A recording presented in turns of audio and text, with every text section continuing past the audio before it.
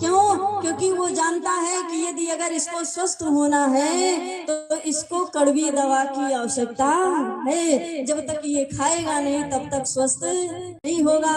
भगवान जान गए कि नारद जी को भी अच्छी वाली टैबलेट देना पड़ेगा, क्योंकि नारद जी भी माया के बस में हो गए हैं। नारद जी के ऐसे समझ में नहीं आएगा। यदि अगर आज मैंने नारद को सुंदर बना दिया तो ये नारद जीवन भर बंदर बन रहा रहेगा। इसलिए आज मैं नारद को सुंदर नहीं बंदर बना देता हूँ। यदि अगर आज नारद जी को बंदर बना दूंगा तो ये जीवन भर के लिए सुंदर हो जाएंगे। नारद जी बड़े प्रसन्न हो गए और बड़ी प्रसन्नता के साथ चलने लगे। सोच रहे हैं कि भगवान अब अपना स्वरूप दे ही देंगे, अब कृपा करने में कोई दिक्कत नहीं है। विश्व जैसे देखेगी वैसे तुरंत हमारे गले में वरमाला डाल देगी। आखिर कन्या को चाहिए क्या? नारद जी सोच रहे हैं कि आखिर कन्या को चाहिए क्या। देखिए, जो कन्या होती है वो सोचती है कि हमारे होने वाले जो पति देव हो वो बहुत सुंदर, ताकि लोग आए देखने के लिए तो कहें कि अरे इनके पति देव तो बड़े सुंदर हैं। लेकिन माता जी क्या देखती हैं कन्या की कि जो होने वाला वर है उसके यहाँ धन सबसे ज्यादा होना चाहिए। क्यों धन देखती हैं? कि हमारी बिटिया जाए तो उसको खाने पीने की कोई कमी ना रहे। लेकिन पिता क्या देखता है? कुल खानदान देखता है कि इसका कुल खानदान सबसे ज्यादा उत्तम होना चाहिए। कोई ये ना कह सके कि इसके खानदान में ये कमी है।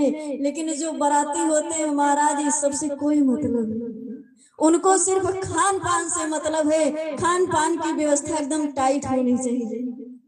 क्यों? क्योंकि वो तो उसी के लिए गए हैं कि खान पान की व्यवस्था अच्छी हो जाएगी तो आनंद ही आनंद आएगा। आखिर ना दूल्हे से काम है, ना दुल्हन से काम है, ना घर वालों से काम है, ना बाहर वालों से काम है।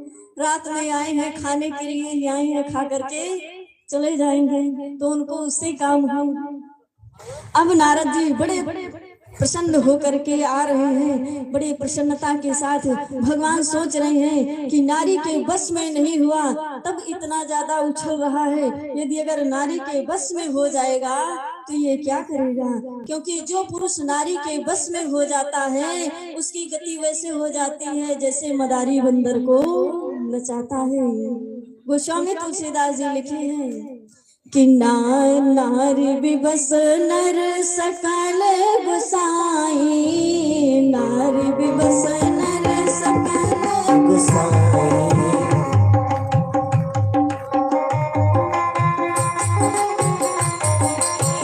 नारी विबस नर सकल गुसाई, नारी विबस नर सकल गुसाई। नाचै नर मर कटे की नारी,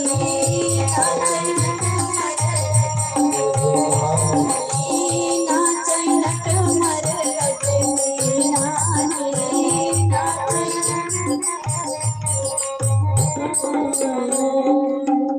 नारी के बस में जब पुरुष हो जाता है तो वैसे करता है जैसे वो कहती है। यदि अगर नारी के वशीभूत हो गया है तो यदि अगर श्रीमती जी ने कह दिया भैया स्टैंड अप तो खड़े हो गए, कह दिया सिट डाउन तो बैठ गए। हम कह रहे हैं यहाँ जाना है तो जाना है। क्यों? क्योंकि वो नारी के बस में हो गए हैं, जितना कहेगी उतना ही करने वाले हैं। भगवान ने सोचा कि नारद जी अभी नारी के बस में नहीं हुए, विश्व मोहिनी को नहीं पाए, तब इतना परेशान है। पा जाएंगे तो ये तो पता नहीं क्या करेंगे। तुरंत भगवान ने नारद जी को बंदर बना दिया। नारद जी आए, सभा में बैठ गए। विश्व मोहिनी वरमाला लेकर के घूम रही है। नारद जी उठ रहे हैं, बैठ रहे हैं, उठ रहे हैं, बैठ रहे हैं। क्यों? विश्व मोहिनी देखे और हमारे गले में वरमाला डाल दे। विश्व मोहिनी माला लेकर के भ्रमण कर रही है। तब तक लक्ष्मी नारायण भगवान आ गए और विश्व मोहिनी ने भगवान के गले में वरमाला डाला। भगवान लक्ष्मी नारायण विश्व मोहिनी को लेकर अंतर ध्यान। अब नारद जी सोचने लगे कि भगवान ने अपना स्वरूप दिया था तो ये कौन आया राजकुमार जो विश्व मोहिनी देखते ही उसके गले में वरमाला डाल दी। ऐसा कैसे हो गया? तब तक भगवान भोलेनाथ के दो गण भ्रमण कर रहे थे। नारद जी के पास गए। नारद जी विवाह करने आए थे। नारद जी ने कहा, क्या कमी क्या है हमारे अंदर? आखिर हम इतने सुंदर हैं, हमारी सुंदरता में कोई कमी है?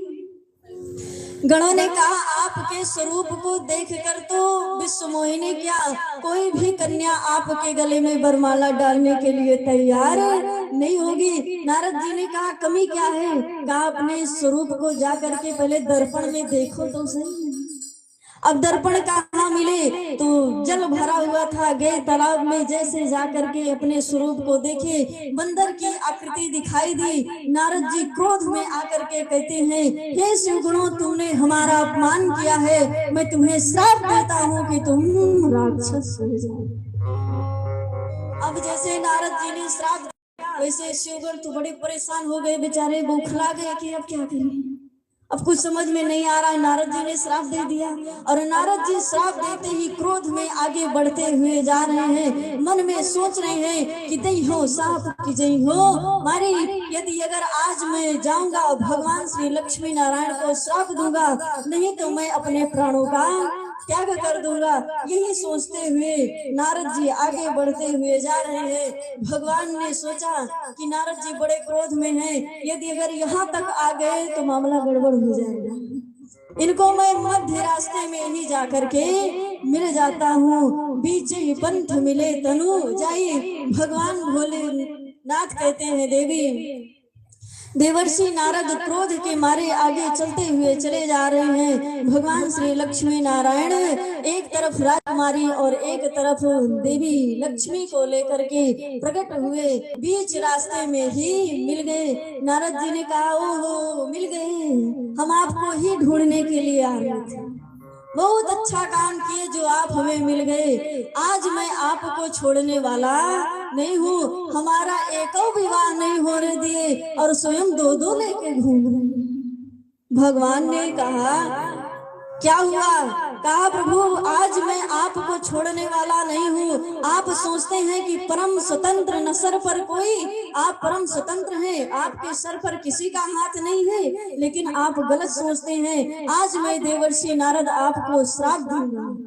भगवान ने कहा, कोई बात नहीं, आप मुझे श्राप देंगे? देवर्षि नारद ने कहा, प्रभु अवश्य श्राप दूंगा। क्यों? क्योंकि आपने हमारे साथ छल किया है। भगवान ने कहा, कोई बात नहीं देवर्षि नारद। देवर्षि नारद क्रोध में आकर प्रभु आपने जो हमें स्वरूप दिया है, यही स्वरूप आपको धारण करना पड़ेगा। दूसरा श्राप देवर्षि नारद कहते हैं, प्रभु आपने हमारी बंदर की जैसी आकृति बनाई है, आपकी सहायता बंदर ही करेंगे। आपने हमारा विवाह नहीं होने दिया। मैं आपको श्राप देता हूँ कि आप अपनी पत्नी के विरह में बन बन भटकेंगे। भगवान ने कहा, देवर्षि नारद आपने मुझे श्राप नहीं आशीर्वाद दिया है। आपने कहा कि मुझे जैसे आपने मुझे स्वरूप दिया है, यही स्वरूप आपको धारण करना पड़ेगा। यानी कि भगवान ने कहा मुझे राजकुमार बनना पड़ेगा। आपने कहा कि बंदर हमारी सहायता करेंगे, कोई बात नहीं, आपके ऊपर संकट आया, आपकी सहायता किसी ने नहीं की, लेकिन मेरे ऊपर संकट आएगा तो मेरी कम से कम बंदर ही करेंगे। आपने कहा कि पत्नी का विरह होगा, मैं बन बन भटकूंगा। आखिर जब मेरा विवाह होगा राजकुमारी के साथ, तब तो पत्नी का विरह होगा। आपका तो मैंने विवाह ही नहीं होने दिया, आखिर मेरा विवाह होगा तब तो पत्नी का विरह होगा। आपने मुझे श्राप नहीं आशीर्वाद दिया है। आज मैं आपके श्राप को शिरोधार करता हूँ। तुरंत भगवान ने अपनी माया दूर कर दी। भगवान ने जैसे अपनी माया दूर की, वैसे देवर्षि नारद देखते हैं तो कहीं पर कोई नहीं है।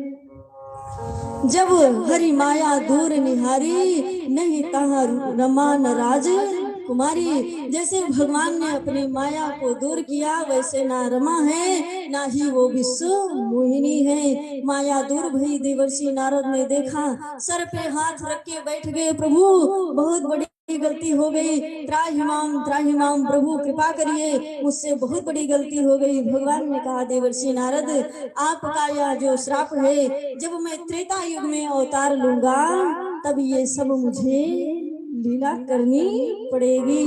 अब भगवान इस त्रेता युग में अवतार लेंगे, भगवान राजकुमार बन के आएंगे, बंदर उनकी सहायता करेंगे, लेकिन कब? जब सीता जी का हरण होगा तब।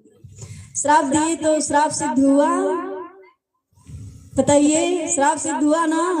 आखिर देवर्षि नारद ने श्राप दिया तो भगवान ने शिरोधार किया, और त्रेता युग में जब आए तो भगवान ने लीला की है। चौथा श्राप क्या है? मनु और शत्रुपा का भगवान को आशीर्वाद। पांचवा, प्रताप भानु को ब्राह्मणों का श्राप। प्रताप भानु एक राजा थे जिनको ब्राह्मणों ने श्राप दे दिया था।